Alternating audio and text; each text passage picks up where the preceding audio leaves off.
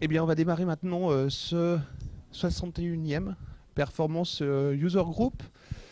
Et aujourd'hui, je suis très content d'accueillir deux speakers Octo. On a beau être en meet-up Octo, on aura rarement des speakers Octo. Vous avez peut-être même toujours connu le Perfug depuis que vous êtes chez Octo et après avoir travaillé pendant plusieurs années sur du Spark avec du Java et du Scala. Adrien et Marc vont nous parler de comment ils ont optimisé tout ça, comment il faut travailler sur la génération de code, sur toutes les arcanes internes pour avoir du code performant. On avait eu une session sur Spark, certains s'en souviennent peut-être il y a bien longtemps, mais sur non, c'était sur Kafka. On n'a jamais eu de session sur Spark. Du coup, c'était en plus quelque chose qui manquait au Performance User Group. Donc merci beaucoup de venir parler ce soir. Moi, je vais mettre rapidement une petite page de pub pour Octo, donc qui nous accueille depuis plus de 5 ans maintenant, qui offre le pot à la fin. On recrute sur les sujets Big Data bien sûr, mais sur d'autres sujets qui vont de la performance à l'architecture cloud. Donc n'hésitez pas à venir parler à Benjamin, Borimi et moi si vous êtes intéressés.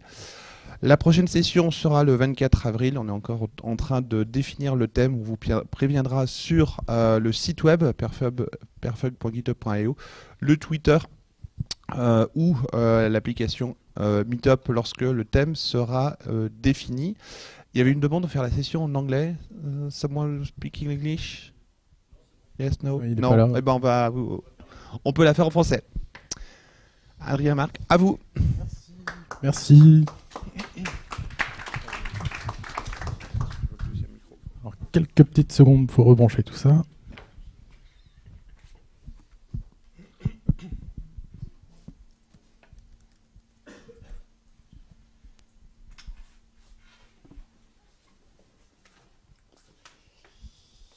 Ok, merci à tous d'être venus déjà. Donc en fait, ce talk, c'est un talk qu'on a donné l'année dernière à Devox, où en fait on a parlé d'une histoire qui nous arrivait à Marc et à moi. Parce qu'en fait, on a voulu comprendre un petit peu plus en profondeur que d'habitude comment fonctionnait Spark. Et en fait, c'est ce qu'on va vous raconter là. Et on a trouvé ça assez intéressant et j'espère que vous allez trouver ça intéressant aussi. Est-ce qu'il y en a qui ont déjà fait du Spark? Est-ce que tout le monde voit ce que c'est à peu près? Qui en a déjà fait? Qui voit pas ce que c'est? Alors, je vais fingerpointer. Ok, il y aura des petits rappels. Donc déjà, on va se présenter. Donc moi, c'est Adrien. Je travaille à Octo depuis 2 ans et demi maintenant. Je fais surtout du Spark, du Kafka et du Scala en ce moment. Et je pense que comme pas mal de gens, enfin s'il y en a qui font du Scala ici, comme pas mal de gens, en fait, moi j'ai appris le Scala au travers de Spark, avant de découvrir que c'était un langage magnifique à part entière, qui n'était pas juste lié à Spark. Ok, du coup, moi c'est Marc, celui-là. Et pareil, moi je suis à Octo depuis peut-être 4 ans, quelque chose comme ça. Et pareil, j'ai découvert Scala en faisant du Spark. Et puis, en fait, je fais du Spark depuis peut-être 4 ans, depuis que je suis à Octo, en fait. Donc voilà pour les présentations. Du coup, donc il y a quelques personnes ici qui n'ont pas forcément qui ne savent pas forcément ce que c'est que Spark. Du coup, on va faire un petit rappel, donc pour juste réexpliquer un peu l'évolution et tout ça. Ok, bon, je pense que vous savez tous à peu près ce que c'est Spark, donc on va pas y passer beaucoup de temps, mais globalement, Spark, c'est un outil de traitement distribué. Distribué, pourquoi? Parce qu'on peut le mettre sur plusieurs machines. Et outil de traitement, parce que ça prend de la donnée, et ça la manipule, et ça en fait quelque chose. Ce qui est intéressant avec Spark, c'est que c'est agnostique de la source, c'est-à-dire qu'on peut mettre à peu près n'importe quoi ici, des bases de données, des fichiers, du CSV, du parquet, tout ce qu'on veut. Et pareil, en sortie, on peut mettre à peu près tout ce qu'on veut. Peut-être... Hop. En fait, Spark, il est souvent caractérisé par le fait qu'il est in-memory. Donc on dit souvent que Spark, c'est in-memory.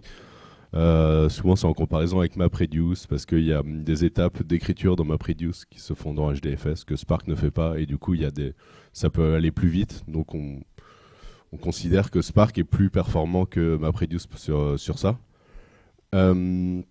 Ce qui est intéressant, c'est que du fait que c'est distribué, grâce à la distribution, on arrive aussi à avoir de la tolérance à la panne. C'est-à-dire que s'il y a une machine qui tombe en panne pendant un traitement, on peut avoir une autre machine qui récupère le traitement. Et le point très important, et en fait ce qui va être un peu le cœur de toute cette présentation aujourd'hui, c'est que dans Spark, on s'appuie sur différents niveaux d'abstraction. C'est-à-dire qu'on écrit le code Spark, on peut l'écrire soit de façon assez bas niveau, soit avec des API un peu plus haut niveau, comme le data frame, dataset et des trucs comme ça. Et on va voir justement ces niveaux d'abstraction, comment ces abstractions jouent sur les performances de Spark et comment Spark arrive à optimiser ça grâce à des niveaux d'abstraction différents. Ouais. Voilà, alors, pour entrer dans le vif du sujet, on prend un micro-exemple de Big Data avec 2 tables et 5 lignes. Mais voilà, en gros, c'est ce petit exemple qu'on va utiliser tout le long de la présentation. On va prendre de la donnée, on va la traiter. Donc, on va avoir une table de données avec des employés, une table avec des entreprises. Donc, vous pouvez vous douter déjà qu'on va faire des jointures entre les deux, peut-être des filtres et des trucs comme ça. C'est l'exemple qu'on va utiliser tout le long de la présentation pour essayer de comprendre quelles sont les opérations faites par Spark. Je vais laisser Adrien faire un rappel. Ouais, un rappel des abstractions du coup. Donc on peut voir Spark, on l'utilise en l'occurrence pour faire des traitements sur des données de manière distribuée, résiliente, etc. Et une des premières abstractions qu'on va pouvoir utiliser pour faire ces traitements, ce sont les RDD. Les RDD, en fait, on peut les voir comme un itérator au sens Scala, donc du framework collection et tout ça, mais par contre qui est distribué du coup et qui est résilient. Donc si on reprend en fait nos données, notre sample de données de tout à l'heure où on a la table employée et la table compagnie, et qu'on veut faire une jointure et juste garder Marc et moi parce qu'on travaille à Octo, si on veut le faire avec les RDD, en fait, on va devoir le faire comme ça. En gros, on va devoir, on va s'appuyer sur la méthode join qui est fournie par les RDD, qui fonctionne uniquement sur les tuples de données. Ensuite, on va devoir appliquer un map pour récupérer uniquement les données qu'on veut, un filter, un map, etc. Et en fait, l'ensemble des fonctions finalement qu'on va utiliser pour faire notre traitement de données est assez similaire à celui qui est fourni par Iterator au niveau du framework collection de Scala. Il y a une petite chose importante à noter là, du coup, ça va être chiant ça, je sais pas pourquoi, c'est qu'en fait, avant les 2 dernières lignes, il y a le octo-employees.collect, il n'y a rien qui est exécuté en fait. L'ensemble des opérations qu'on l'on écrit, là, les maps et les filters, vont être seulement déclaratives et lazy, elles ne vont pas être exécutées tant qu'en fait, on n'a pas associé une action à notre RDD. Donc là, en l'occurrence, c'est l'action collect qui va ramener les données. Et voilà. Donc on a d'une partie un ensemble de transformations qui sont lazy et ensuite une action qui va déclencher la réalisation du traitement dans Spark. Si jamais en fait on exécutait ce code avec le sample de données qu'on a, on verrait bien du coup qu'il y a Marc et moi qui travaillons à Octo et on récupère bien le tuple avec le nom et le prénom. Et donc le RDD, c'est vraiment l'abstraction de base, on va dire, de Spark, c'est celle qui est vraiment au cœur du moteur de traitement. Et en fait, il y a aussi d'autres abstractions qui existent, dont les data frames. Donc les data frames, en fait, c'est une API qui est fournie par Spark, qui fournit un DSL de manipulation des données structurées. Donc en gros, la data frame, je pense que vous voyez, mais littéralement, en fait, on peut le considérer comme une table, comme une map, en fait, avec colonne et valeurs associées. Et en fait, ça va nous permettre d'écrire des traitements de manière plus compacte et plus lisible, qui commence un peu à se rapprocher du SQL, parce qu'on retrouve le select, on retrouve le where, il n'y a plus ces notions de... Voilà, normalement, c'est sémantiquement plus clair, et voilà. Et du coup, je ne sais pas si c'est sémantiquement plus clair pour vous, mais en tout cas, quand on l'exécute, en fait, et que là, on appelle le point chaud, normalement, on verra sur la sortie standard que Marc et moi, on travaille toujours à Octo, et on verra qu'en fait, la sortie standard, là, elle est, déjà, c'est formaté sous forme de table. Donc, la data frame a un opinion fort sur les données qu'on manipule, et en fait, c'est vraiment des données structurées, quoi. Et en fait, la dernière abstraction qu'on va avoir, ça va être le SQL. Donc, je ne vais pas rentrer dans le détail, mais en fait, on peut très bien, avec Spark, exécuter une requête SQL sur notre sample de données, et au final, avoir exactement le même résultat. Et en fait, ce qui est intéressant là, de se rendre compte, c'est que du coup, on va pouvoir exécuter des requêtes SQL sur des sources de données qui sont complètement hétérogènes, en fait.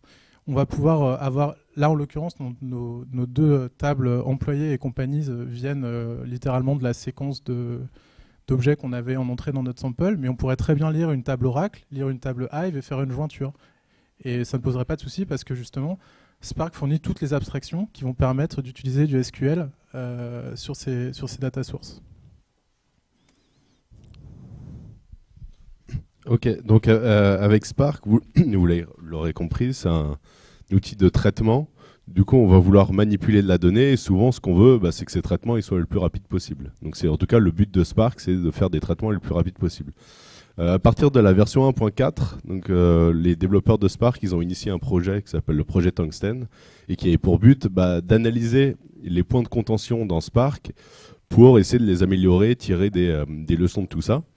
Et ils se sont rendus compte que, contrairement à ce qu'on pourrait penser dans un système distribué, c'était pas tellement les I/O ou les networks qui étaient un point de contention la plupart du temps, mais la plupart du temps, c'était plutôt le CPU. Ou en tout cas, il y avait au niveau du CPU une grosse marge de manœuvre, une grosse amélioration qui est possible. Et voilà, ils se sont rendus compte que dans pas mal de traitements, dans certains traitements, le CPU était un bottleneck. Et du coup, ils se sont dit, bon, qu'est-ce qu'on peut faire à partir de ça peut-être qu'on pourra améliorer ça.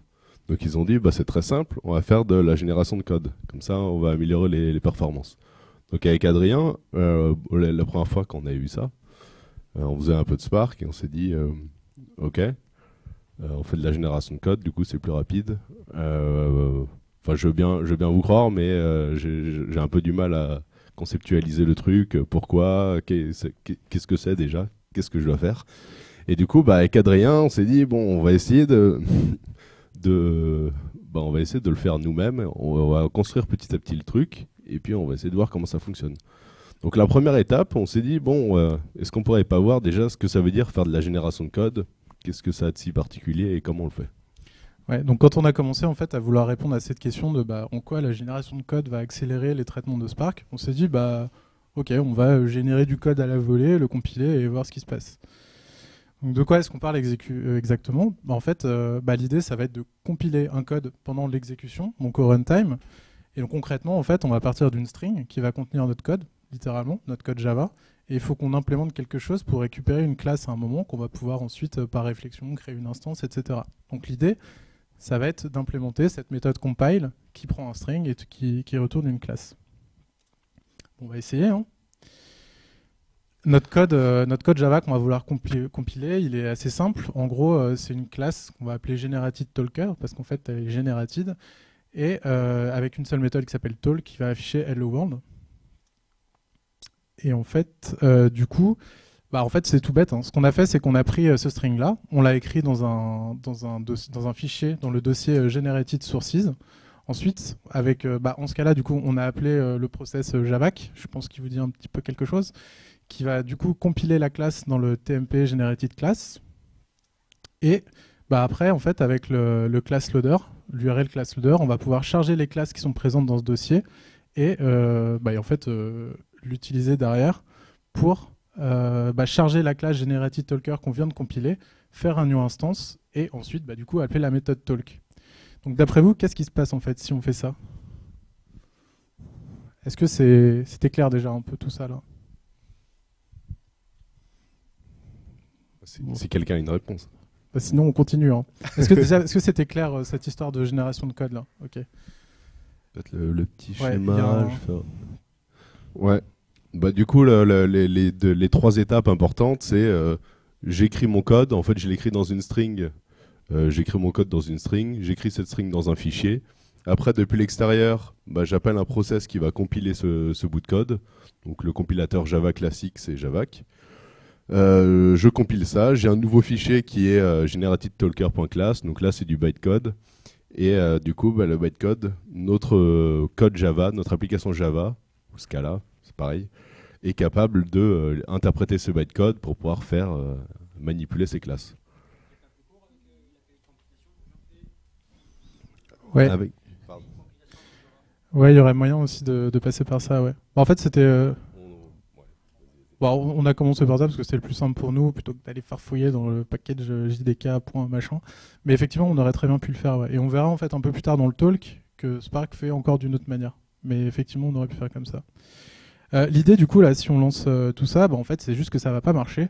Et c'est assez simple de comprendre pourquoi en fait. C'est que la méthode talk qu'on va essayer qu'on a décrite au compile time en fait, elle n'existe pas vu qu'elle est dans le code généré. Du coup, si j'essaye de lancer là tout le code que j'ai fait, il va me dire bah non mais je peux pas compiler parce que la méthode talk elle est définie nulle part en fait. Du coup, on va être obligé, ouais c'est ça voilà, le tac.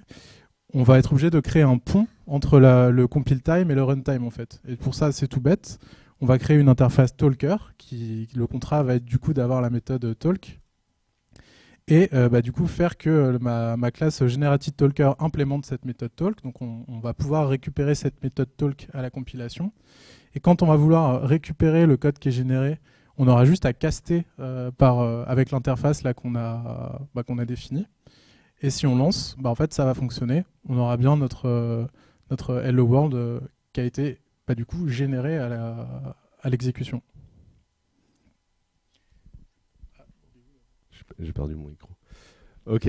Du coup, là, ce qu'on vient de faire, c'est qu'on a écrit du code Java dans une string et puis on l'a compilé depuis l'extérieur pour pouvoir l'utiliser.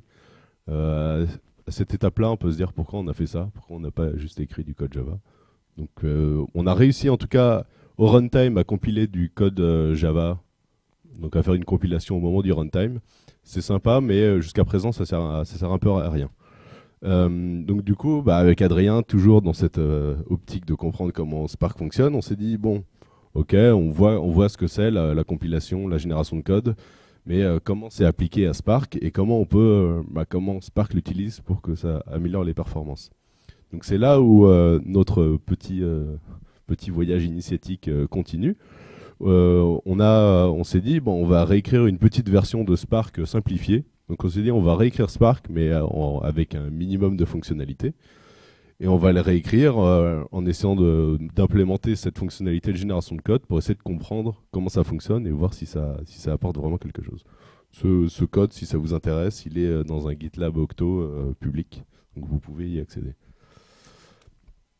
Alors concrètement, comment ça va se passer? Je vais mettre directement ça.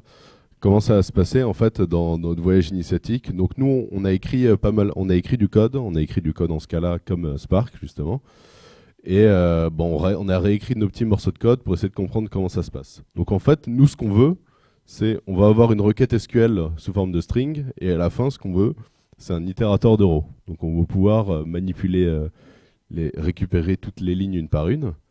Et en fait, nous, on a considéré de façon assez bête qu'une row, c'était juste une map de string avec n'importe quoi. Iniref, le string étant le nom de la colonne. Ok. Et c'est pas très très loin de ce qui est fait dans Spark, on va dire. Ok, donc voilà, ça c'est notre voyage. On part de là, on veut arriver là, et on va essayer de voir comment on peut le faire. La toute première étape pour ça, ce qu'on va vouloir faire, c'est on a d'abord une requête SQL. Donc on va partir de l'abstraction, disons l'API la plus abstraite de Spark, qui est le requêtage avec une requête SQL toute bête, toute simple dans une string, et on va essayer de faire tout ce trajet. Donc comment on peut faire? La première étape, quand on a une requête SQL, on va essayer de comprendre ce qu'il y a dedans. Donc ça, c'est l'étape de parsing. Elle est constituée d'une étape d'abord de lexing, puis de parsing. J'ai laissé Adrien vous montrer ce que c'est. Alors je pense que ces choses-là, vous en avez déjà entendu parler à un moment ou à un autre, que ce soit avec Spark ou avec Oracle, avec n'importe quelle base de données en fait. Enfin, les étapes de lexing, parsing et en fait de traitement de la requête SQL, c'est pas du tout quelque chose qui est propre à Spark, mais on reviendra dessus un petit peu après. Donc la première étape dans ce parsing, c'est du coup l'analyse lexicale. Donc en fait, on va prendre le string qui contient toute notre requête SQL et séparer du coup ce texte en une liste de tokens en fait. Les tokens étant les éléments de base qui vont définir notre langage, donc en l'occurrence là le SQL. Donc c'est pas très compliqué en fait. Là on voit que nos tokens ça va être select, from, finalement tous les mots-clés du langage SQL. La virgule aussi, qui sert à séparer les noms de colonnes, ça fait partie du langage. Et on a un autre truc qui s'appelle les littéraux. Donc là, en l'occurrence, les littéraux, ça va être tout ce qui correspond au nom de colonne, en fait. Toutes les parties qui sont au nom de colonne et au nom de table, toutes les parties qui sont plus ou moins dynamiques dans notre requête et qui ne sont pas des mots-clés, finalement. Donc en fait, l'analyse lexicale, elle ne vérifie pas le sens de la requête, mais uniquement que l'ensemble des mots que l'on va mettre dans la phrase existe. Dans le code, en fait, quand on a voulu modéliser du coup ces tokens, on est juste parti d'un trait token, tout simple, et en fait, on a dérivé tout plein de case classes qui correspondent à chacun des mots, à chacun des tokens en fait qui existent, dont une case class littérale qui va contenir les valeurs un peu dynamiques dans notre langage, comme les tables, les noms de colonnes, etc. Et du coup, l'idée, là, donc la première étape, ça va être de tokeniser notre query SQL. Et donc, en fait, ça va être d'implémenter cette méthode tokenize qui prend un string et qui nous retourne une séquence de tokens. Je passe ça sous silence, on en parlera un petit peu après pour l'implémentation. Une fois qu'on a notre séquence de tokens là à gauche, l'idée ça va être, maintenant qu'on est sûr que tous les mots qu'on utilise existent et sont cohérents et sont présents dans le langage, on va devoir vérifier le sens en fait de cette liste de tokens, de cette requête SQL qu'on a tokenisée. Et pour ça, on s'appuie sur un outil qui s'appelle l'AST pour Abstract Syntax Tree. Et en fait, l'idée, ça va être de donner donc, du sens à cette liste de tokens en organisant chacun des tokens de manière sémantique pour pouvoir donner un sens à notre requête SQL. Donc littéralement, il faut qu'on trouve un moyen en fait, pour passer de ces tokens à cet arbre, sachant que le nœud racine de l'arbre, ça va être le select, parce qu'on est en train de faire une sélection, que quand on fait un select, il peut y avoir un where, donc il peut y avoir des conditions. On va faire un select sur des tables qui vont être nos relations. On va projeter des colonnes, voilà, first name et last name, etc. Et en fait, cet arbre va vraiment décrire exactement le sens que l'on veut donner à notre requête SQL. Alors encore une fois, là, cette notion d'AST, c'est pas du tout quelque chose qui est propre à Spark. C'est un truc qu'on retrouve quand on parse n'importe quel langage, quand on parse du SQL ou du Java. Enfin, il y a toujours un AST quelque part qui va nous permettre de manipuler de manière programmatique finalement la query que l'on fait, quoi. Au niveau du code, en fait, quand on a voulu, pareil, décrire cet AST, c'est tout simple. On est parti d'un trait AST et on a dérivé chacun des nœuds qui vont composer cet arbre. Donc on a par exemple une case class table qui va être un nœud de cet AST. On a une case class select, comme je disais tout à l'heure, qui va avoir des projections qui vont correspondre en fait aux colonnes qu'on va vouloir afficher. Un filter qui est optional parce qu'en fait ça va correspondre au where et on n'est pas obligé d'avoir un where quand on a un select. Et les relations qui sont en fait l'ensemble des tables qu'on va requêter. Et le trait expression qu'on utilise pour les projections et pour le filtre est assez intéressant parce qu'en fait c'est lui, in fine, qui va nous permettre d'évaluer les projections en l'occurrence et toutes les expressions à partir d'une row qui a été définie par Marc, à partir d'une row donnée. Voilà. Du coup, c'est la méthode evaluate qui va être chargée d'évaluer la valeur d'une projection. Et on doit aussi implémenter une méthode need_colon qui va être utile plus tard, on verra pourquoi, mais en fait qui va permettre de représenter les dépendances que cette expression ont sur les relations, donc les tables en fait. Et ça va permettre de garantir qu'on va être capable d'évaluer une expression vu que chacune des noms de colonnes est bien fournie dans les projections. Est-ce que c'est clair? Est-ce qu'il y a des questions déjà là-dessus? Ok, on continue. Du coup, l'idée, ça va être d'implémenter cette méthode parse qui, à la donnée d'une séquence de tokens, nous retourne en AST. Et en fait, nous, on a choisi d'implémenter ça avec les parseurs combinators, donc qui est une librairie assez connue quand même en ce cas-là là, maintenant, qui va permettre en fait directement dans du code, au travers d'un DSL qui est assez clair, de décrire en fait toute la grammaire d'un langage et de transformer du coup notre string en entrée en un AST. Ça, c'est ce que nous, on a fait parce qu'on a vraiment implémenté un sous-ensemble du langage SQL. Enfin, en gros, on pouvait faire que des selects, quoi. Par contre, Spark, lui, utilise Anteller. Je pense que, pareil, vous l'avez croisé un moment ou un autre, ce truc. Anteller, c'est quelque chose de beaucoup plus poussé, pour le coup, qui va permettre de générer des classes qui vont elles-mêmes permettre de parser des langages. Et vu que Spark implémente une version standard de SQL, donc beaucoup plus enrichie que nous, notre petit sous-ensemble du SQL, il s'appuie vraiment sur un fichier qui décrit complètement la grammaire du SQL, qui va générer complètement les classes qui vont permettre de parser tout ça. Mais ce fichier en fait, qui décrit le SQL, on peut vraiment le trouver dans le code source de Spark à un endroit, quoi. Voilà pour le parsing et son implémentation. Ok, donc si je résume, en fait, ce qu'on avait au début, c'était une string. Et tout l'objectif du parsing, c'est d'essayer de donner du sens exploitable par le code de cette string. Parce qu'une requête SQL sous forme de string, le code il ne sait pas l'utiliser. Par contre, si on le met sous forme d'AST, là le code il sait l'exploiter. Donc on a les étapes d'analyse lexicale qui découpent ça en tokens et qui repèrent les mots-clés. L'analyse syntaxique qui permet de hiérarchiser tous ces tokens et leur donner du sens. Et à la fin, on a l'AST qui est exploitable directement par le code. Donc ça, nous, on l'a fait avec les parseurs combinators, mais Spark va plutôt s'appuyer sur Anteller.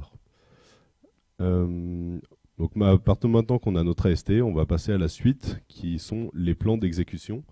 Donc dans Spark, il y a deux types de plans d'exécution, les plans d'exécution logique et les plans d'exécution physique. On va commencer par les plans d'exécution logique. Alors moi, je reprends le micro juste pour faire une petite aparté. Donc là, Marc va vous expliquer après les plans d'exécution logique concrètement, etc., ce qu'on peut en faire. Moi, je voulais juste insister sur un point, c'est qu'en fait, on va voir que dans les plans d'exécution logique, on a encore une notion d'arbre, etc. Alors que, en fait, avec les AST, on avait déjà une notion d'arbre finalement. Et quand on y réfléchit, c'est quand même deux choses qui... Enfin, on va voir ces deux choses qui sont assez similaires. Mais moi, je veux juste insister sur le fait que l'AST, c'est vraiment du domaine du langage en tant que tel, là où le plan d'exécution logique, on se remet dans un contexte de traitement de données, de base de données, etc. Et du coup, c'est vraiment deux contextes qui sont complètement distincts. Et en fait, une bonne manière de se rendre compte de ça, c'est que là, l'AST, on l'a parce qu'on a fait du SQL. Et donc, à partir du SQL, on a l'AST, on va pouvoir ensuite avoir ce plan d'exécution logique. Par contre, si on avait utilisé les data frames dans Spark, on n'aurait pas d'AST, parce qu'en fait, la data frame, ce serait un peu l'équivalent du SQL, là, quelque part, et on aurait pu programmatiquement déjà avoir un plan d'exécution logique. Si je dis ça, en fait, c'est parce que du coup, la méthode plan qui va permettre de passer du plan de l'AST au plan d'exécution logique, on ne va pas la détailler dans le sens où c'est vraiment une relation 1 pour 1 entre chacun des nœuds de l'AST et chacun des nœuds du plan d'exécution logique. Voilà. Et maintenant, on va vraiment rentrer dans ce plan d'exécution logique. Ok, donc le plan d'exécution logique, qu'est-ce que c'est exactement? On va voir directement en termes de code, nous, comment on l'a implémenté. En fait, on a pris une interface, on a juste implémenté une interface. Et dedans, il y a une seule chose en fait, qui va vraiment nous intéresser, c'est le schéma en sortie de ce plan. Ce qu'on appelle ici logical plan, en fait, c'est un opérateur. Si je reviens un petit peu avant, c'est un de ces opérateurs. Donc chacun de ces opérateurs sont des logical plans. Et nous, ce qu'on va vouloir faire, donc dans chaque logical plan, on va vouloir implémenter une méthode qu'on a appelée provide columns, en fait, qui permet de définir le nom, l'ensemble des colonnes qu'on va avoir en sortie de cet opérateur. Donc en fait, c'est juste une façon de conserver le schéma et d'être sûr qu'on enchaîne bien des opérateurs qui ont bien des schémas qui vont bien ensemble. Ok, donc on va voir quelques exemples. Par exemple, si je veux implémenter l'opérateur join sous forme d'un logical plan, premier truc que je vais devoir implémenter, en fait, je vais devoir référencer les opérateurs qui précèdent mon opérateur join. Donc mon opérateur join, il va référencer deux logical plans, le left child et le right child, qui sont en fait les deux sources de données de mon join, et c'est les deux sources sur lesquelles je vais pouvoir faire ma jointure. Donc je les référence comme ça dans ma case class. Ensuite, je vais avoir l'expression sur laquelle je vais faire ma jointure. Et enfin, en sortie de ma jointure, quel est le schéma de ma jointure? C'est simplement l'ensemble des colonnes de la gauche concaténées avec l'ensemble des colonnes de la droite. Okay, si je fais une jointure, je conserve toutes les colonnes, donc j'ai un schéma de sortie qui a toutes les colonnes. Si je fais une projection, en fait, je vais avoir la même chose. Je vais référencer l'opérateur précédent, qui est ici, qui est lui-même aussi un logical plan. Et ici, l'expression qui a constitué l'ensemble des projections que je veux faire. Et si je veux faire un filtre, de la même façon, je référence l'enfant, etc. Et à chaque fois, je vais devoir préciser les colonnes en sortie. Sur un filtre, a priori, je n'aurai pas de changement de schéma en sortie d'un filtre. Sur une projection, je vais avoir des changements qui sont liés aux colonnes qui m'intéressent. Ce qu'il y a d'intéressant là-dedans, c'est que tout ça, c'est purement déclaratif. C'est-à-dire que on fait que désigner des opérateurs, on désigne des schémas, on désigne des opérateurs qui le précèdent, mais on ne dit pas du tout comment on va faire tout ça. On ne dit pas du tout comment je fais ma jointure, comment je fais la projection, comment je filtre. On fait que déclarer ce qu'on va vouloir faire, et c'est tout l'intérêt du logical plan, c'est que pour l'instant, on va fonctionner de façon purement logique. D'où son nom. Si je vous remontre un peu notre requête SQL, je vais avoir toujours l'élément le plus haut qui va référencer les enfants. Donc on a le parent qui va référencer l'enfant, le filtre qui référence la jointure, qui référence le scan. Donc là, c'est l'ensemble de mes opérateurs. Et d'un point de vue logique, les opérations elles vont se faire dans ce sens-là. C'est-à-dire que je vais d'abord récupérer les données là, puis les données elles vont être envoyées en haut, etc. C'est comme ça que les opérations vont être faites, mais le référencement se fait toujours du haut vers le bas. Et moi, je vais faire une petite aparté encore. Donc, on a vu là en fait que le plan d'exécution logique, donc c'était quelque chose de complètement déclaratif. Il n'y avait aucune exécution. Et là, on l'a modélisé sous forme d'un tree qui permet en fait de simplement se rendre compte de l'ordre des opérations et du sens de la donnée qu'on aura in fine. Mais en fait, on peut aussi le représenter sous une forme d'algèbre. Donc, toute cette logique relationnelle, en fait, c'est quelque chose qui a été mathématiquement formalisé avec des règles, des opérations qui sont mathématiquement prouvées. Et juste garder ça dans un coin de la tête parce qu'on va s'en servir un petit peu après. Et on retourne à notre exemple. Ouais, alors là, je vous montrais l'exemple tout à l'heure de comment tous les opérateurs se référencent les uns avec les autres. D'un point de vue logique, en fait, ce qu'on attend comme résultat, si on a en sortie de cette table ces lignes-là et en sortie de cette table ces lignes-là, et que j'enchaîne tous ces opérateurs, ce que je vais attendre, c'est qu'en sortie de la jointure, je vais récupérer toutes les colonnes là avec toutes les colonnes là, avec ma jointure. Ensuite, je fais mon filtre, je garde que les employés de Octo, et ensuite je fais une projection. Et donc voilà ce que je veux en sortie. Et ce qui va nous intéresser en fait ici au niveau logique, c'est juste que moi j'ai ça en entrée et je veux ça en sortie. Et à vrai dire, comment ça se passe au milieu, ça on s'en fiche un petit peu, je veux surtout avoir ça en sortie.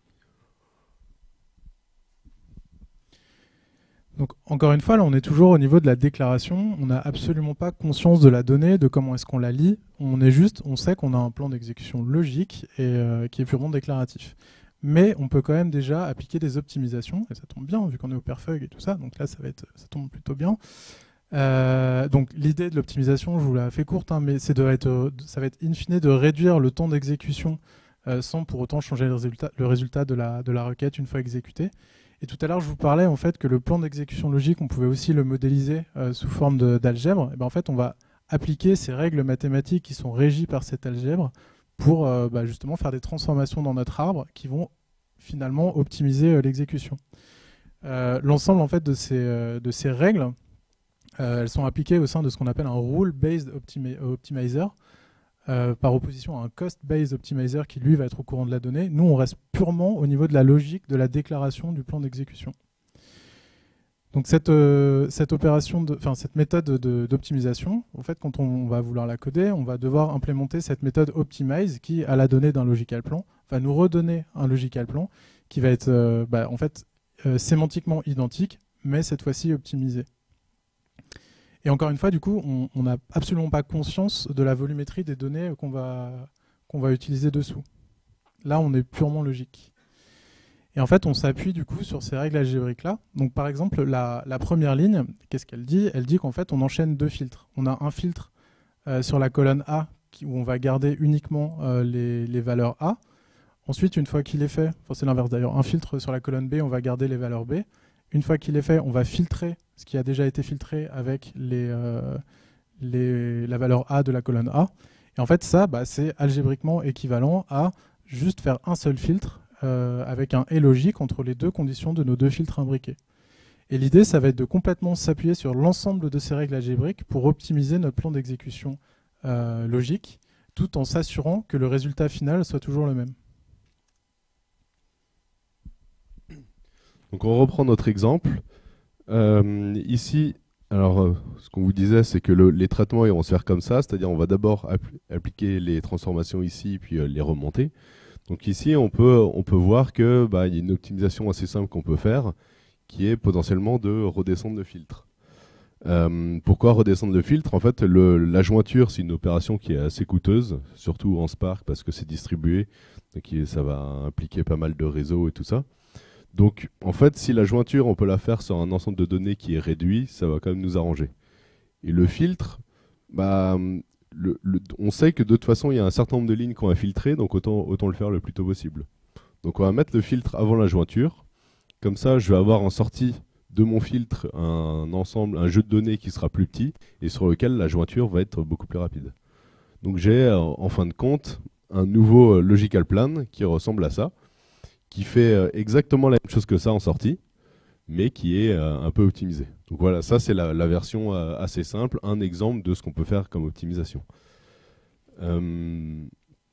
Et en fait, dans Spark, il y a tout un tas de règles comme celle-là qui sont implémentées. Et nous, en tant que développeurs, on peut très bien les implémenter nous-mêmes. Donc on peut rajouter des règles d'optimisation à Catalyst. Et pour ça, il suffit, entre guillemets, d'implémenter une classe qui étend le trait rule. En fait, ce qu'on va vouloir implémenter, c'est surtout une méthode qui prend un logical plan en entrée et qui renvoie un logical plan en sortie. C'est tout ce qu'on veut. Et après, nous de nous assurer que c'est optimisé ce qu'on est en train de faire à l'intérieur. Mais voilà, on va implémenter des règles comme ça. Et en fait, pour faire ça, dans Spark, on va s'appuyer sur une fonctionnalité de Scala qui est pas mal, qui sont les partial functions. En fait, ce sont des fonctions qui sont appliquées que si on respecte certains cas, certaines conditions.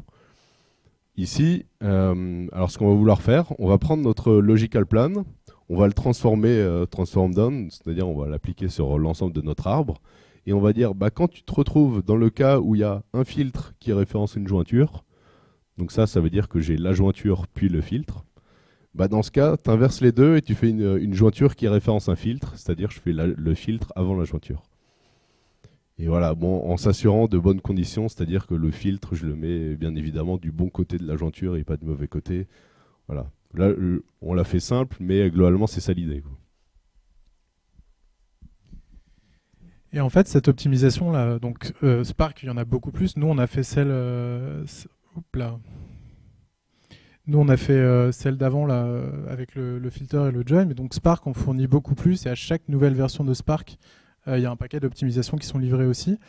Mais en fait, vraiment, le truc à retenir ici, c'est que tout ça, en fait, c'est possible. On peut le faire avec les partial functions et le pattern matching directement sur l'arbre, grâce à cette méthode transform down, qui va nous permettre de visiter l'arbre et de faire des changements pendant la visite de l'arbre pour en fait faire les optimisations du coup.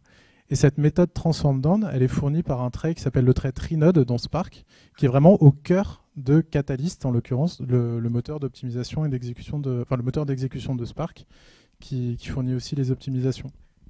Donc, je vous invite à regarder le code source de Spark et cette méthode, ce trait try-down, qui est vraiment assez intéressant en fait. Et tout s'appuie là-dessus. En tant que développeur Spark, etc., on peut voir en fait l'ensemble de ces optimisations. Donc, si on reprend tout à l'heure, notre requête SQL de tout à l'heure et qu'on la lance dans Spark, et qu'on appelle, qu'on utilise la méthode explain, en fait, on peut voir le logical plan qu'on a décrit tout à l'heure. Donc nous, on l'a refait dans notre petit Spark pour tester, mais Spark fait vraiment ça, on n'a pas menti. Et donc c'est ce qu'on voit après, c'est le logical plan qu'on obtient après avoir utilisé la méthode explain. Donc on voit bien qu'il y a le join, le join est fait avant le filter. Et en fait, l'optimized logical plan, qu'on peut aussi récupérer avec explain, on voit bien qu'il a inversé les deux. Et du coup, le filter est fait avant le join.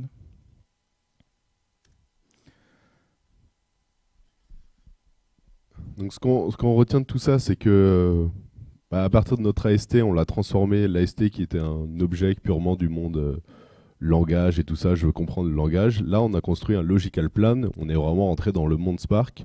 Et qu'est-ce que je veux faire, quelles opérations je veux faire. Et l'avantage de l'AST, c'est que comme c'est un arbre, c'est assez simple de faire des optimisations, d'inverser des choses, je sais pas comment on dit, coalesce des trucs. Voilà, on regroupe ensemble des opérateurs et tout ça, donc on peut faire tout un tas d'opérations. Et ça permet mais on est encore, pour l'instant, dans un monde purement déclaratif. Ce qu'on va vouloir faire maintenant, c'est exécuter ça, c'est-à-dire, c'est bon, on a déclaré les opérateurs qui nous intéressaient, mais j'aimerais bien pouvoir l'exécuter. Ah oui. Alors, J'ai pas trop compris ce que fait le transform down en fait. En fait, le transform down, il va s'appliquer sur notre arbre, sur notre logical plan qui est un arbre, et il va à chaque endroit de l'arbre où il peut. Il va voir, est-ce que je tombe dans un cas où j'ai un filtre qui référence une jointure? Et si oui, bah, dans ce cas, remplace-le par un join qui référence un filtre, quoi. Très bien. Merci, ok. Merci. Pour compléter, en fait, le transform down, c'est juste une méthode qui va permettre de visiter l'arbre. Et en fait, on va visiter l'arbre. Et si jamais donc il y a l'arbre qu'on est en train de visiter, il pattern match, je ne sais pas trop comment dire, ce qu'on a défini dans la partial function. Alors du coup, on va transformer l'arbre courant par celui qu'on a retourné dans la partial function. Par contre, si on ne pattern matche pas, en fait, on garde le logical plan tel qu'il est. Et donc cette méthode permet de traverser l'arbre et de le transformer. Et du coup, toute le moteur d'optimisation de Spark s'appuie complètement là-dessus, sur le pattern matching, et la partial function qu'on donne à cette méthode transform down, qui est en fait fournie par le trait trinode. Ouais. Le transform down, il se fait en une seule passe ou il repasse plusieurs fois jusqu'à converger? En fait, si vous regardez dans le code source, toutes ces optimisations, elles sont regroupées. Et en fait, il va y avoir par exemple ces optimisations-là, elles vont être regroupées dans un batch d'optimisation. Et dans Spark, on va dire, bah, ces optimisations, tu les appliques 20 fois, ou alors tu les appliques jusqu'à tomber sur un point fixe. C'est-à-dire tu les appliques et il ne se passe plus rien. Et puis tu vas dire, bah, ces optimisations, elles, pour le coup, tu les appliques qu'une seule fois. Tu n'as pas besoin de les appliquer plusieurs fois, quoi. Donc oui, elles peuvent être appliquées plusieurs fois, et c'est dans le code de Spark, c'est dit, ce que je l'ai fait une ou plusieurs fois. Alors, il y a une espèce de schéma d'ordre d'exécution des différentes ouais, optimisations. Ouais, bah, en fait, il y a une liste de batchs à exécuter, et dans chacun de ces batchs est constitué d'une liste de règles. Et donc Spark, il exécute ces batchs dans l'ordre, et dans les batchs, il exécute les règles dans l'ordre. Ça pareil, c'est des règles métiers, quoi, définies par des développeurs. Bah, les règles, c'est exactement ça. C'est je veux inverser le filtre et la jointure. Bah, je le fais. Après, ça va être j'ai deux filtres successifs. Est-ce que je pourrais pas les regrouper et en faire un seul, par exemple? Tu as aussi des règles, si tu as une addition de deux constantes, bah, tu l'additionnes en fait. Tu as ce genre de choses en fait que tu n'as pas besoin de faire et que tu peux optimiser. Mais littéralement, en fait, c'est vraiment on a une sec. Enfin, on a vu là que le trait pour optimiser un plan, là, c'était le trait rule. En fait, on a une sec de rule et en gros, ça fait un fold left dessus et voilà quoi. Et du coup, on a, enfin, ouais, c'est ça. En fait, on a plein de rules qu'on applique à un logical plan. À la fin, ça nous donne le logical plan optimisé qui est ensuite utilisé pour la suite. C'est bon, ça. Okay. Ça on a vu. Du coup, donc là, avec le plan d'exécution logique, en fait, on est toujours, pour la énième fois, complètement logique. Il y a aucune, enfin, on sait ce qu'on veut faire, mais on ne sait absolument pas comment on va le faire, en fait. Voilà, c'est ce que je viens de dire. Du coup, ce qu'on va vouloir faire maintenant, c'est donc définir de manière physique comment est-ce qu'on va pouvoir faire les traitements qu'on a définis au travers du plan d'exécution logique. Comment est-ce qu'on va les faire de manière physique sur les lignes et sur les données, en fait, qu'on a en entrée de notre requête SQL. Donc nous, ce qu'on a fait là, on a défini un trait qui s'appelle physical plan. Et en fait, pour être un opérateur de type physical plan, le contrat, c'est d'avoir la méthode execute. Et cette méthode execute, du coup, doit nous retourner un itérateur de row. Voilà. Et l'itérateur de row, en fait, ça tombe bien parce que c'était un petit peu ce qu'on attendait à la fin de notre requête SQL qu'on avait définie au début. De l'exécution de notre requête SQL. Et donc l'idée maintenant, ça va être, vu qu'on a notre logical plan qui va décrire complètement logiquement la manière dont on va agir sur les données, on va devoir implémenter cette méthode contextualize qui va, à la donnée d'un logical plan, nous donner un physical plan pour en fait ensuite pouvoir exécuter notre requête SQL. Alors encore une fois, comme avec le logical plan, ici on va vous présenter quelques opérateurs physiques, quelques exemples. Donc jusqu'à présent, quand on parlait de scan, c'était de scan logique, c'est-à-dire on avait en bas deux scans qui disaient on va nous renvoyer de la donnée qui a tel schéma. Mais on ne sait pas ce que c'est, on ne sait pas comment la récupérer. Là, au niveau physique, on va devoir implémenter ça. Et là, si notre fichier est dans un fichier CSV, on va devoir implémenter le execute en parcourant le CSV de façon classique, etc. Si par exemple mes données elles sont dans une table Hive, c'est pareil, je vais avoir une méthode execute, parcourir ma table Hive et avoir un itérateur de row. Ensuite, sur le filtre. Alors, sur le filtre, ce qui est intéressant, c'est que le filtre va avoir besoin de référencer un enfant, quoi. Donc, on avait pareil avec la projection et la jointure. Donc, le filtre va devoir référencer l'opérateur qui le précède. On avait pareil sur le logical plan.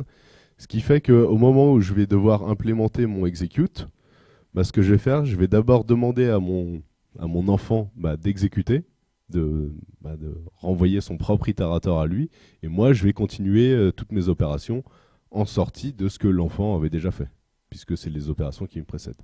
Donc je fais un child execute, et là j'applique mon opérateur, mon filtre, et j'évalue mon prédicat.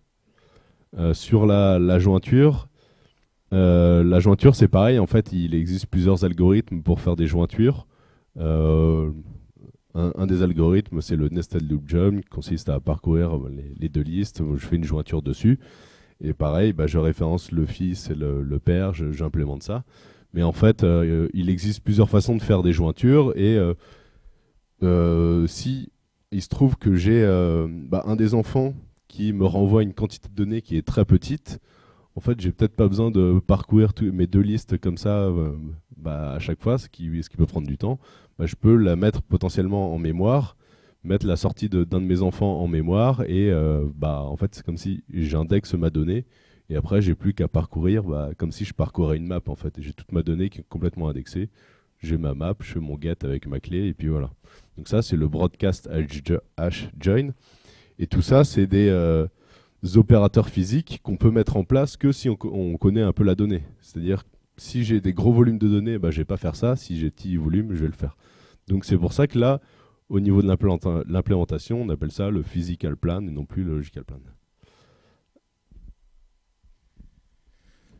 En fait, pour revenir là, du coup, sur cette méthode contextualize, donc l'idée c'est ça, en fait, c'est qu'on a vraiment une relation 1 pour 1 entre le logical plan et le physical plan, à la différence que cette fois, chacun des opérateurs du physical plan, lui, est conscient de la donnée qu'il va manipuler. C'est pour ça que Marc disait que dans un certain cas, c'est plus efficace d'avoir un hash join que d'avoir un nested loop join. Mais ça, c'est une considération qui est purement physique et qui est vraiment liée aux volumétries de la donnée. Et ça, on n'avait pas cette information au niveau du logical plan. En fait, on parle de ça aussi parce que ces optimisations physiques, c'est quelque chose... Alors, je crois que ça a un petit peu changé dans Spark, mais en tout cas, à l'époque, quand on a fait toutes ces recherches-là, il n'y avait pas d'optimisation physique, en fait. Il n'y avait pas de cost-based optimizer qui était basé sur les volumétries de données et ce genre de choses-là. Je crois qu'aujourd'hui, c'est un petit peu différent. Il y a aussi des optimisations physiques, mais on n'en parle pas trop là pour l'instant, mais ça existe. Et en tout cas, par contre, pour ceux qui font de la base de données, c'est un truc qu'on utilise constamment. Quand on crée un index, par exemple, en base de données, l'idée, ça va être de permettre justement d'avoir une optimisation physique. Plutôt que de faire un full scan, on va pouvoir s'appuyer sur l'index, et du coup, on va pouvoir remplacer notre full scan par un index scan, par exemple, qui lui va être optimisé pour la lecture. Mais encore une fois, c'est une considération que l'on a uniquement au moment où en fait, on a conscience de la donnée que l'on va manipuler, ce qui n'était pas le cas avant avec le logical plan. Alors, je rajoute juste un petit truc au niveau de plan physique. Il y a quelques optimisations dans Spark au niveau plan physique qui sont compliquées à mettre en place parce que, en fait, contrairement à une base de données Oracle, par exemple, une base de données Oracle, elle a une pleine connaissance des données qu'elle possède. Donc, elle est capable de calculer en permanence des statistiques dessus, ou en tout cas, de temps en temps, calculer des statistiques dessus. Et en fait, sur Spark, au moment où il se lance, il n'a aucune connaissance de la donnée. Et du coup, il y a une espèce de compromis à avoir qui est, quand je lance mon traitement, est-ce que je commence d'abord par calculer des statistiques pour être sûr que ce que je vais faire, ça a de l'intérêt ou pas? Ou est-ce que les statistiques, elles vont me prendre de toute façon trop de temps à calculer? Dans ce cas, il vaut pas mieux tout faire d'un coup. Donc, il y a pas mal de considérations à prendre en compte comme ça. Et donc, ils sont en train effectivement de les rajouter aujourd'hui dans les nouvelles versions de Spark. Donc, surtout dans la 2.3, ils en ont rajouté pas mal et là, ils continuent d'en rajouter. Mais voilà, c'est pour dire que c'est pas si simple que ça, même si c'est des choses qu'on connaît depuis longtemps, c'est pas si simple que ça de les mettre en place. Je reviens du coup sur ce qu'on a construit jusqu'à présent. Aujourd'hui, ce qu'on a fait, on a construit notre arbre, on a construit notre plan d'exécution logique. Et tout ça, en fait, ça s'appuie sur un modèle Volcano, qui s'appelle le modèle Volcano, qui est connu depuis les années 90, qui a été en tout cas présenté dans les années 90, qu'on appelle aussi le modèle itérateur, parce que j'ai des opérateurs qui chacun renvoie un itérateur à l'opérateur suivant. Et on dit que c'est un modèle de traitement de la donnée en pool, parce qu'à chaque fois, j'ai le parent qui va demander à l'enfant de lui donner de la donnée. Donc il va aller tirer de la donnée à l'enfant, et pour après faire son traitement. Puis une fois qu'il a fini, tant que le parent il va pas aller demander de la donnée, l'enfant il va rien faire. Donc à chaque fois, c'est un modèle de pool, alors, par opposition au modèle push, où c'est l'enfant qui pousserait directement la donnée. Et dernier point important, qui est que dans le modèle Volcano, chaque opérateur, c'est une classe. Donc on a un opérateur, une projection, un filtre, une jointure. À chaque fois, c'est une classe au niveau de l'implémentation. Voilà, donc si je reviens sur ça, en fait, au niveau Scala, si je construis tout ça, je vais avoir tout d'abord la projection. Donc j'ai ma classe project qui est ici, qui référence les 2 colonnes sur lesquelles je veux faire ma projection. Et cette projection, elle va également référencer l'opérateur qui le précède, qui est la jointure. La jointure qui précise l'opération sur laquelle je vais faire ma jointure. Encore une fois, cette jointure, elle référence deux enfants, le scan dans la table Hive et le filtre qui est ici. Et j'ai toujours pas fini parce que le filtre, il faut encore qu'il référence quelque chose. Donc on continue de référencer jusqu'à ce que j'arrive dans une feuille de l'arbre, c'est-à-dire quelque chose qui référence rien qui le précède. Et donc au niveau Scala, j'ai ça, au niveau logique, j'ai ça. Et quand je vais vouloir exécuter mon traitement, en fait la donnée elle va remonter par là. Et elle va être envoyée, à chaque fois à l'opérateur au-dessus. En fait, donc, ce qu'on vous a montré là, c'est ce que nous on a fait pour essayer de mieux comprendre ça. Et en fait, du côté d'Apache Spark, on s'est rendu compte que c'était exactement la même chose. Il y avait vraiment une méthode execute qui retournait un itérateur d'euro, à la différence qu'en fait, c'était pas vraiment un itérateur, mais juste un RDD. Et c'est ça la grosse différence en fait entre ce que nous on a fait pour bien comprendre comment ça fonctionnait et Spark, c'est que nous notre abstraction quelque part pour modéliser les listes de données c'était un itérateur, mais eux du coup s'appuient vraiment sur les RDD qui sont distribués sur plusieurs serveurs. Mais derrière, par contre, il y a les physical plans, il y a le physical plan aussi qui est complètement utilisé. C'est lui qui va retourner ce RDD de internal row lorsqu'on va exécuter une requête ou un data frame avec Spark. Et on retombe bien sur nos pattes en fait avec justement cette abstraction vraiment de base de Spark. Et donc tout ce que je vous dis là, en fait, c'est pareil, tous ces plans d'exécution physique, on peut les voir toujours avec cette méthode explain, donc qui nous affiche le logical plan et l'optimize logical plan. On peut aussi voir le plan d'exécution physique. Et voilà. Et là, en l'occurrence, nous, c'était des données qui étaient en mémoire. C'est pour ça qu'on a un local table scan. Donc, ce qu'il faut retenir, voilà, c'est que en fait, là où le logical plan correspondait vraiment à la déclaration de ce qu'on voulait faire pour pouvoir exécuter notre requête SQL, le plan d'exécution physique, c'est comment est-ce qu'on va faire pour vraiment exécuter chacune de ces étapes. Et du coup, c'est lui qui va être les optimisations qui vont être faites au niveau physique sont forcément liées à la donnée qui vont être manipulées et ne sont plus logiques. Et du coup, ça s'appuie sur le modèle, sur le Volcano modèle. Ok, alors là, on va rentrer du coup dans le cœur du sujet de l'optimisation en fait. S'il faut se réveiller, c'est maintenant. C'est là que ça devient un peu compliqué. En fait, tout ce qu'on fait, tout ce qu'on a fait jusqu'à présent, on a fait une requête avec une projection, une jointure, un filtre, des lectures dans des fichiers et tout ça. Bon, on a écrit tout ça en Spark. Spark nous a optimisé tout notre code. On a quelque chose, on a un plan d'exécution physique qui est bien optimisé, on a tout ce qu'on veut. Mais en fait, on aurait pu aussi très bien l'écrire à la main. Dire, je vais lire mes données directement dans la table à la main, et puis je fais une boucle while, je récupère mes lignes une par une, et puis je fais un filtre en faisant un if, je dis si le nom, c'est pas octo, j'enlève. Je fais ma jointure en mettant des données dans une map, et je récupère mes données en récupérant la clé, quoi.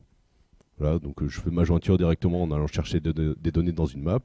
Et à la fin, je retourne que les colonnes qui m'intéressent. Donc là, j'ai le code écrit à la main qui en fait fait à peu près la même chose. Alors c'est à peu près la même chose à la distribution près et tout ça. Mais même sans prendre tout ça en compte, c'est en gros... fondamentalement, c'est la même type d'opération qu'on fait. Donc ça donne le même résultat. Et il se trouve que si on écrit ça à la main comparé à ça, en fait, ça, c'est plus rapide que tout ça. Alors que on s'est quand même vachement embêté à écrire tout ça, à faire de l'optimisation. Il y a 150 rules dans le Catalyst pour optimiser tout ça. On fait tout un tas de trucs pour avoir un traitement qui correspond à la donnée et tout ça. Et il se trouve qu'en fait, l'écrire à la main, c'est mieux. Donc, c'est assez embêtant. Et moi, je vais laisser Adrien expliquer pourquoi. Alors on va pas vous mentir, on n'est pas non plus des experts de la JVM, mais en fait de ce qu'on a compris, et je pense que c'est plutôt vous qui allez nous corriger là si on dit des bêtises, c'est qu'en fait, donc on a vu que chaque opérateur qui décrive le plan d'exécution physique qui va être utilisé finalement pour exécuter notre requête SQL, il y a une classe. L'idée en fait c'est que finalement cette imbrication de toutes les classes qui vont composer notre physical plan final, l'arbre, enfin la composition de tous les physical plans qui composent l'arbre de physical plan final qui va être exécuté, en fait, il est compliqué à gérer par la JVM. Et en fait, au moment de l'exécution, le JIT n'est pas capable d'optimiser correctement les appels. Donc, de ce qu'on a compris, en fait, c'était qu'on était dans le cas mégamorphique où il y avait trop d'implémentation du trait physical plan et du coup, le JIT ne s'en sortait pas et on profitait absolument pas du tout des optimisations.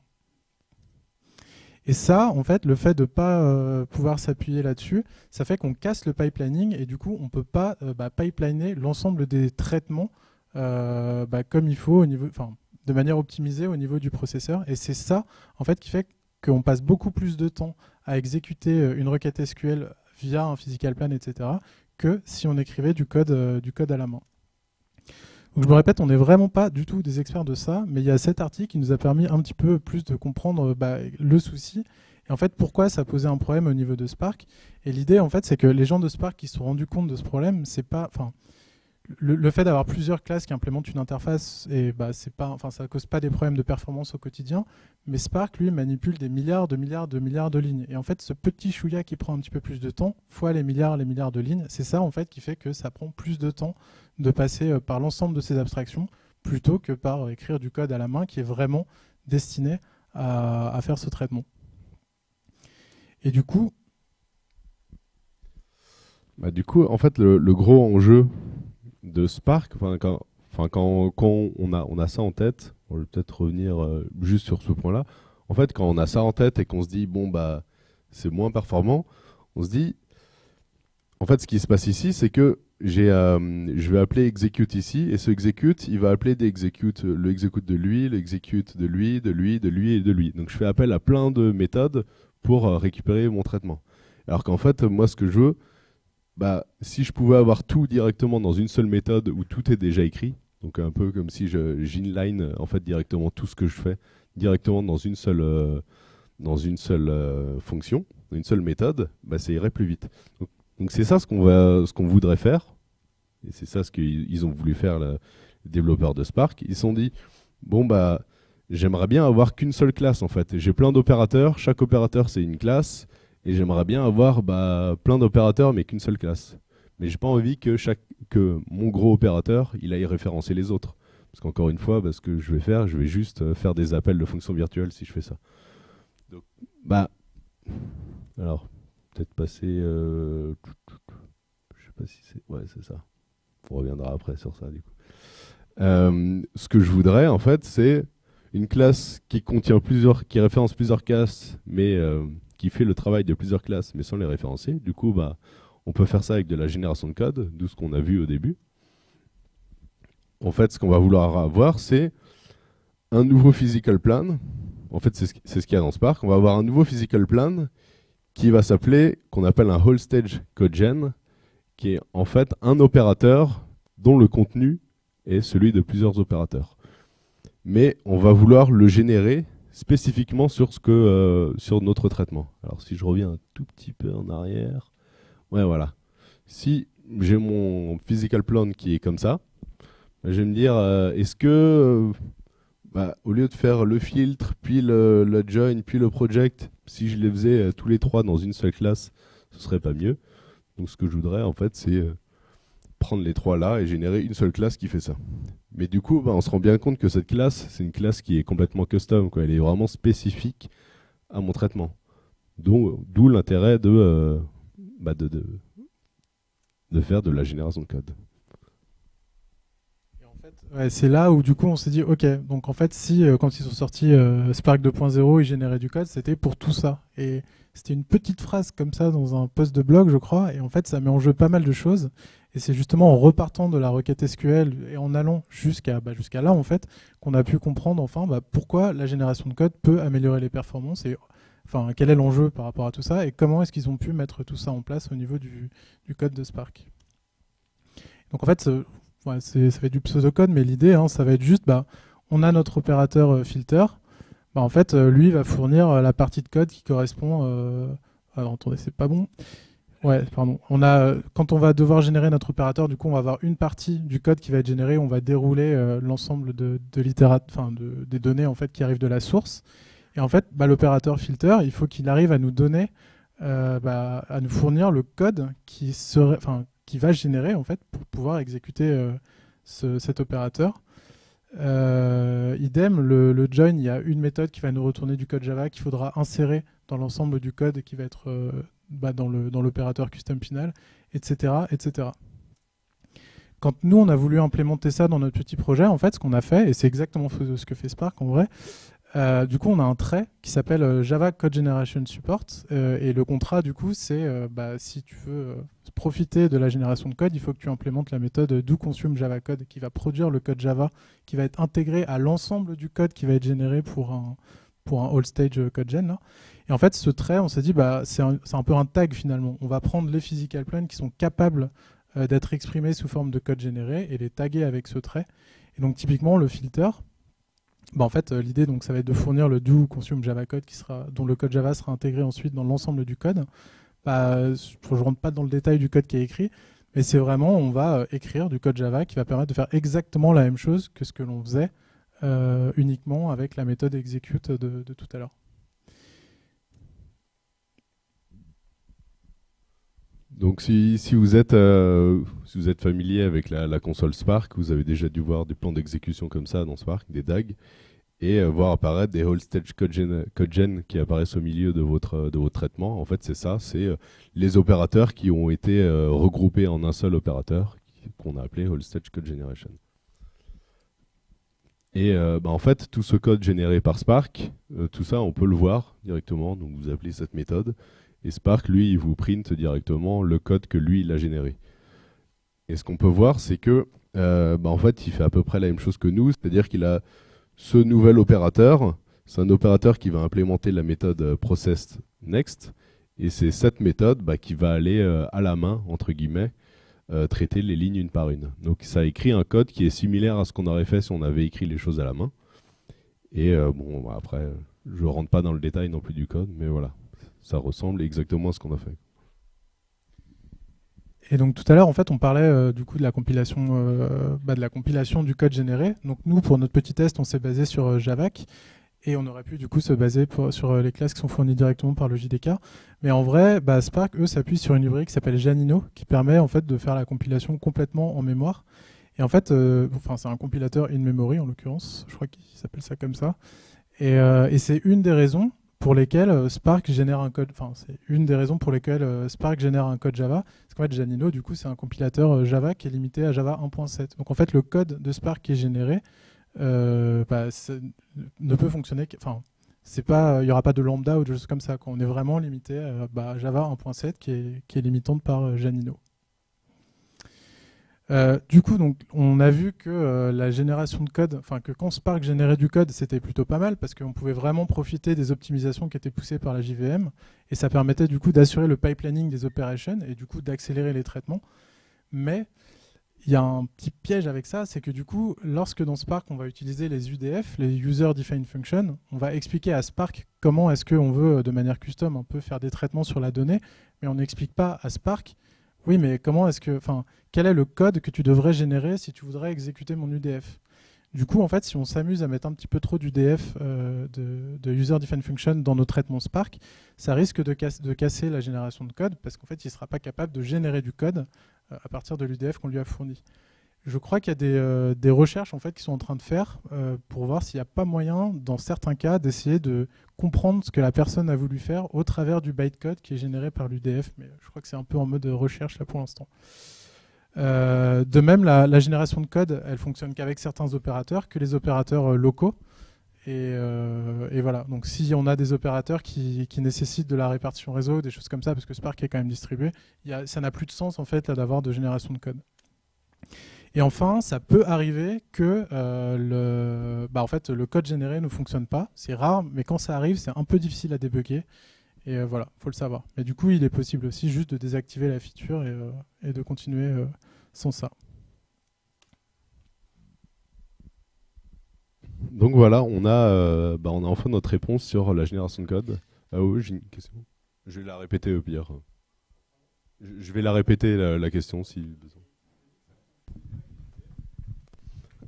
Alors la question c'était ça fonctionne pas avec les UDF. Ouais, on a dit que ça fonctionnait pas avec les UDF.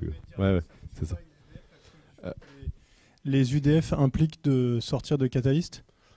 Alors en fait le problème des UDF c'est surtout que Spark ne comprend pas ce qu'il y a à l'intérieur des UDF. Du coup il va pas pouvoir générer du code associé à ce qu'il y a dans l'UDF.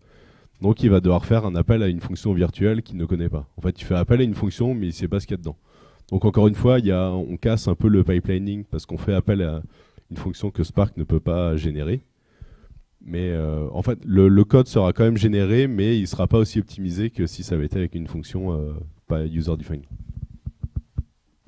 Ça répond. Et du coup, ça veut dire que si jamais on avait un moyen de... En fait, ma question, c'est ce qui casse le pipelining, c'est le fait que Spark n'a pas de compréhension sur ce qui est fait dans la fonction de l'UDF. Ouais.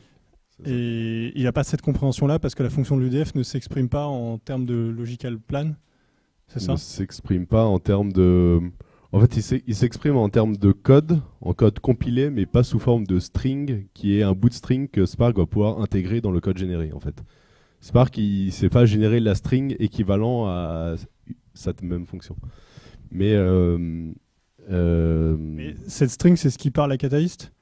Ouais, voilà. Alors Catalyst, il fait plutôt l'optimisation logique. La partie génération de code, c'est un autre truc qui n'est pas directement Catalyst. Vraiment, c'est pas très très grave. C'est un autre bout d'optimisation. Mais ce qui est généré à la fin, c'est on a généré une grande string qui contient le contenu de notre classe. Et si on a une UDF, on ne peut pas prendre la string correspondant à l'UDF et la caser dans notre grande classe générée, en fait. La seule chose qu'on peut faire, c'est on a une fonction, on n'a qu'à l'appeler, on fait function, evaluate function. Mais du coup, c'est pas la string, on fait appel à une fonction virtuelle et on ne sait pas ce qu'il y a dedans. En fait, tu vois, si toi, dans Spark, tu as vu là dans les opérateurs que nous, on a définis, il y a un moment une méthode qui va générer le morceau de code Java qui va ensuite être utilisé par l'autre partie de Catalyst et du coup dans le code qui est généré, etc.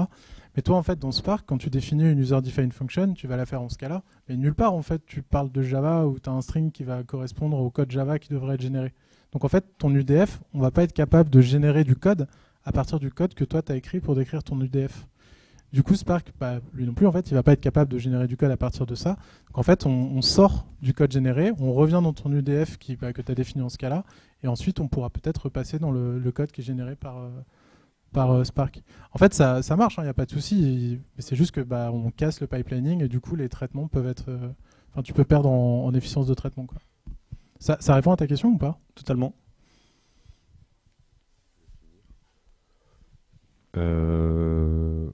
Ok, alors je sais plus où j'en étais, mais ah oui, si, voilà, on a notre réponse, la génération de code qui permet de conserver le pipelining.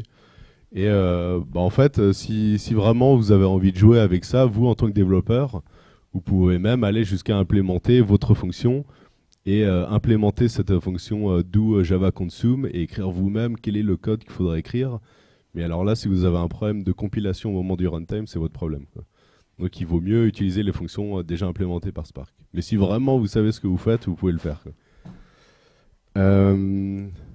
Et ouais, très important, en fait, cette étape, elle est en fait, normalement, elle est transparente à l'utilisateur. C'est-à-dire que nous, en tant que développeurs, On écrit, on fait notre data frame, on fait des where, des filters, des jointures, mais en fait, on n'a pas du tout besoin de se préoccuper de ce que Spark fait derrière et quel est le code qui est généré derrière.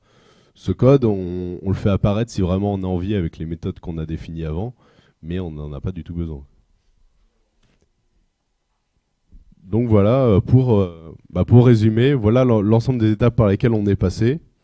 On a pris notre string d'entrée, on a récupéré les mots-clés tokenisés, on a parsé ça, hiérarchisé notre requête pour avoir un AST compréhensible par le code. On planifie ça pour avoir un logical plan. Ce logical plan, on peut l'optimiser de façon purement logique avec des règles algébriques, on va dire. Ensuite, on va contextualiser ça, c'est-à-dire on va faire un plan qui correspond à la data, et ensuite on génère le code. Et on peut exécuter notre code, on peut exécuter notre requête et avoir notre itérateur d'euro. Donc voilà, on a fini notre petit voyage initiatique. Et en fait, pour finir, ce qui est assez intéressant, c'est que cet ensemble d'opérations, c'est ce qu'on a dans Postgre, c'est ce qu'on a dans Oracle aussi. C'est pas du tout lié à Spark en fait. Je crois même que Postgre aujourd'hui a le même. Alors, je suis pas trop sûr de ce que je raconte, mais j'avais lu des trucs comme quoi il a aussi ce mode de génération de code au besoin. Et voilà, c'est pas propre à Spark, mais c'est quelque chose que Spark a pu réutiliser pour améliorer ses temps de traitement. Et voilà. Merci à vous.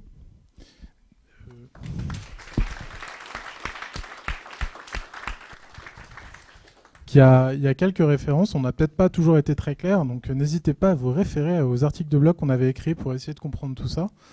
Voilà, et n'hésitez pas si vous avez des questions aussi.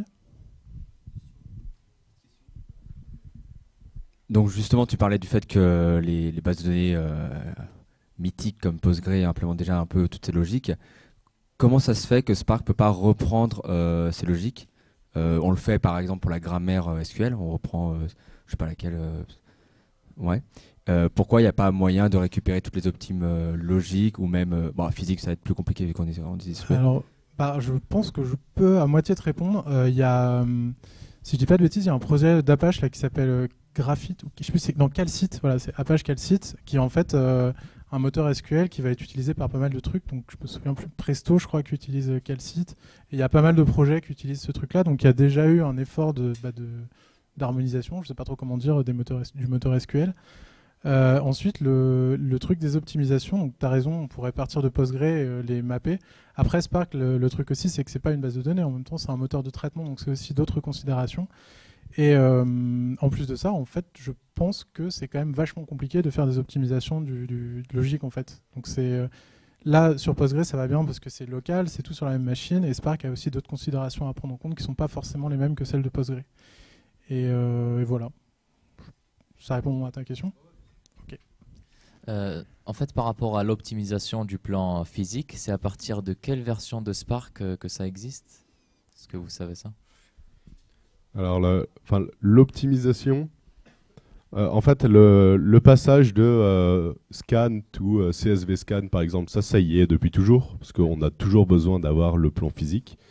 Là, ce qui a mis du temps à arriver, c'est ce qu'on appelle les cost-based optimization. En fait, c'est dans Spark, dans le plan physique.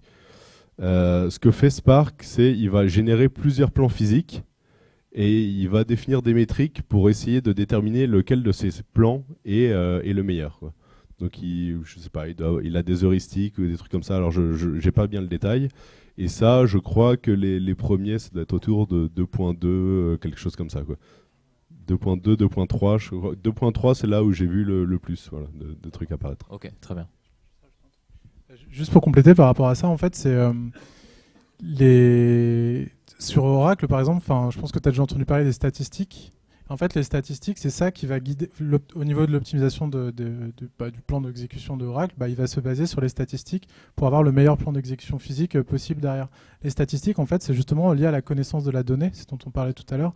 Et en fait, Spark, aujourd'hui, a très peu de connaissances de données, vu qu'en fait, il est agnostique aux sources de données depuis lesquelles il va lire. Du coup, les seules optimisations physiques qu'il va pouvoir faire sont assez restreintes.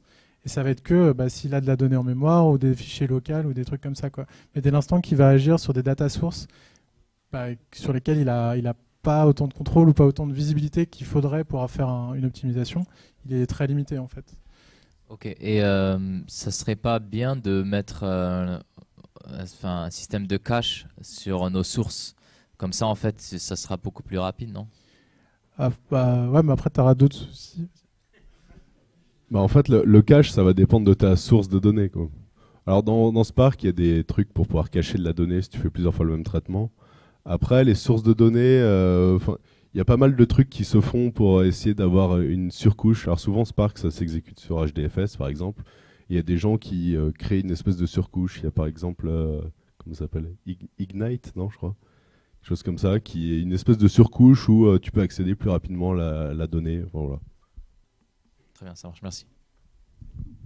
Après, je pense qu'il ne faut pas oublier que la plupart des sources ont aussi des moyens, elles, de cacher leurs trucs, et c'est un peu leur toutouille à elles, et c'est peut-être pas la peine d'essayer de remettre un truc par-dessus ce qu'elles font déjà. Donc, Je crois qu'il y a un truc quand même qui existe, il y a un trait qui s'appelle Predicate Pushdown Support, un truc comme ça. En fait, Spark peut déléguer certaines optimisations à la source de données si elle la supporte. Du coup, typiquement, le truc d'inversion du filtre là qu'on a vu, où on rapproche le filtre au plus proche de la donnée, en fait, on peut le faire encore un cran en dessous en disant, bah vas-y, filtre quoi. Et c'est pas Spark qui va le faire, ça va être la source de données, sous-jacente, si elle supporte cette descente de prédicats. Mais je connais pas assez, mais je crois que c'est des trucs qui sont quand même assez sporadiques, quoi. Il n'y a pas beaucoup de trucs qui permettent de rendre, de laisser du contrôle à la source de données. Ouais.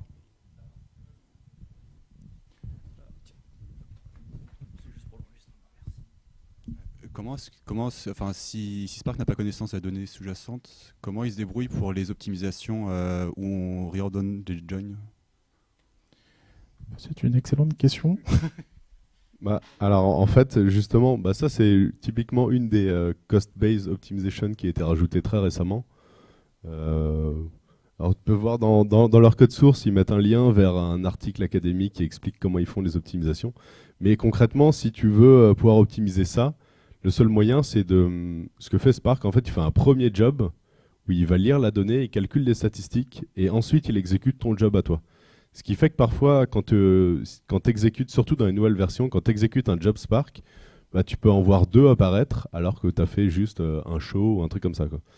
Et parce que c'est Spark qui fait d'abord un premier job, il va regarder la donnée, il calcule les trucs et ensuite, à partir de ça, il va déterminer comment faire le deuxième job.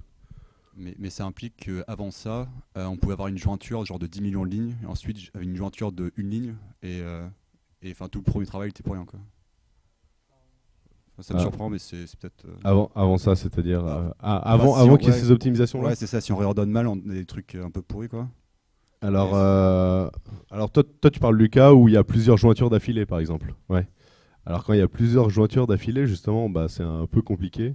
Donc c'est pour ça que c'est des trucs récents. Mais si tu fais une jointure simple, même dans les vieilles versions, il est capable de dire ça, je vais faire un broadcast hash-join parce que je sais que la donnée est petite. Après, quand il y en a plusieurs d'affilée, je ne saurais pas te dire comme ça dans quel cas ça a fonctionné, dans quel cas ça n'a pas fonctionné.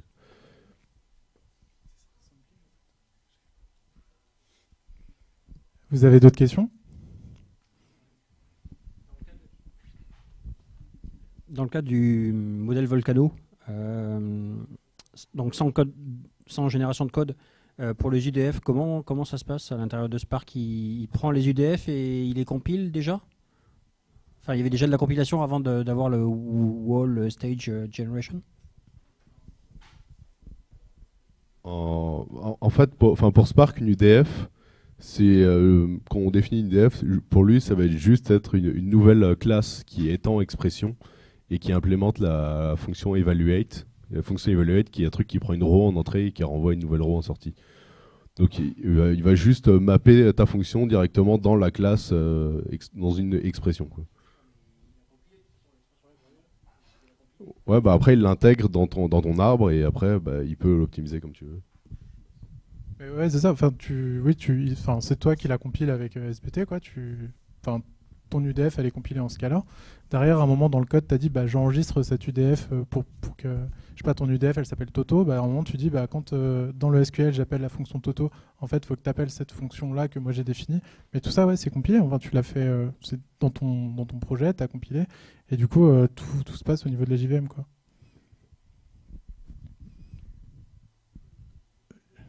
C'est bon pour vous? Bah, merci.